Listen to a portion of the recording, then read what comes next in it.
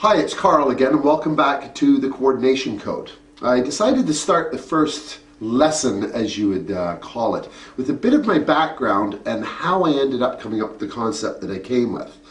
I've been playing drums now for about 40 years, although for most of those years, because I was serving in the Army, I didn't take the instrument seriously. But in about the past 10 years, I really got caught up in playing drum set. I got serious enough that I decided to start studying with none other than the great Dom Famularo. I also studied with Jim Chapin, Joe Morello, Frank Bellucci, a number of really great top-rate drummers. And from them, I learned a tremendous amount, especially about independence and coordination. Particularly from Jim Chapin, of course, I learned all about technique, molar technique, things like this. And that's not the thrust of this particular series of videos that I'm making, but those things did help me to understand and break away from the traditional way that I was playing on the drum set. So for this first actual lesson, I have a question for you. Have you ever been in a situation as a drummer where you sit down and someone asks you to play something? It could be a band member that you're playing with, it could be an instructor, or it could be something you just found and you really like the sound of the music or the drum part, but you don't know how to play it.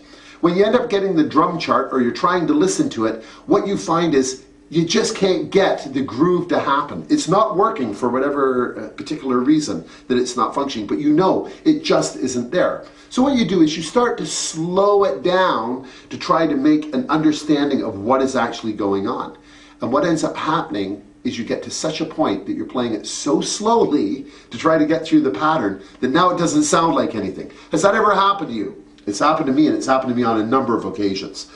Some of my bands that I perform to or play their music of, Rush, Dream Theater, Tool, Opeth, bands like this, who play at a very, very, very high level. And sometimes it's really frustrating to try to go into some of their concepts and some of their playing and play it the way that they do on their recordings.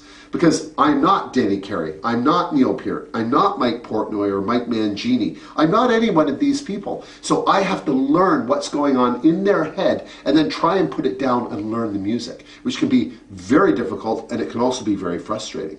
So I get to a point where I'm playing a song and it doesn't sound like anything because the notes are so spaced apart that they don't make any sense. In time, of course, I start to learn how the notes go together and I start to feel the groove. And my question to you is, has this ever happened to you before? If it has, you're normal. It's just like everybody else. We all go through this process. So when I started to write the book, The Coordination Code, I wanted to come up with some seriously difficult patterns to play. And in the book, many of them are inspired by great drummers like Neil Peart and Mike Portnoy. And what I did is I wanted to be able to convey those patterns in such a way that a student can readily pick them up and learn the feel of the groove as quickly as humanly possible. That way they're not sitting there playing one note and then 2 seconds later they're playing a second note and it just doesn't fit together. Instead, I wanted a way that we could speed up the process where they could play it almost at a 60 beat per minute tempo in quarter or eighth notes and be comfortable with it so they could get the feel and their muscles could start memorizing what was going on. The Coordination Code is going to allow you to do this. And how it's going to do it is by giving you a new set of symbols that you're going to look at. It's not to replace the standard writing that we've used throughout history for music, but what it is, it's a new, and some people say a very ingenious way of relating what is being played on the drum set to what you see in yourself.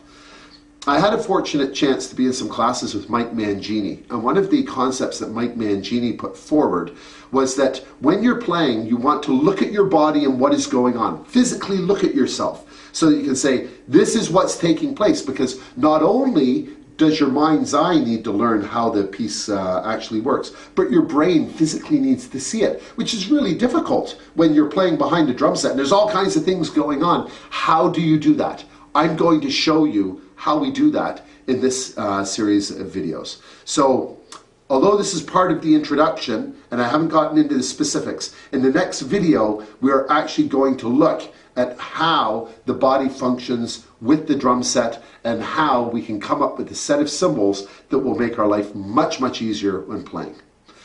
I look forward to seeing you again, and check back here in a few days or a few weeks, and hopefully we'll have another video up for you. Till then, good going and keep working at it, and it will all come together. Thanks very much.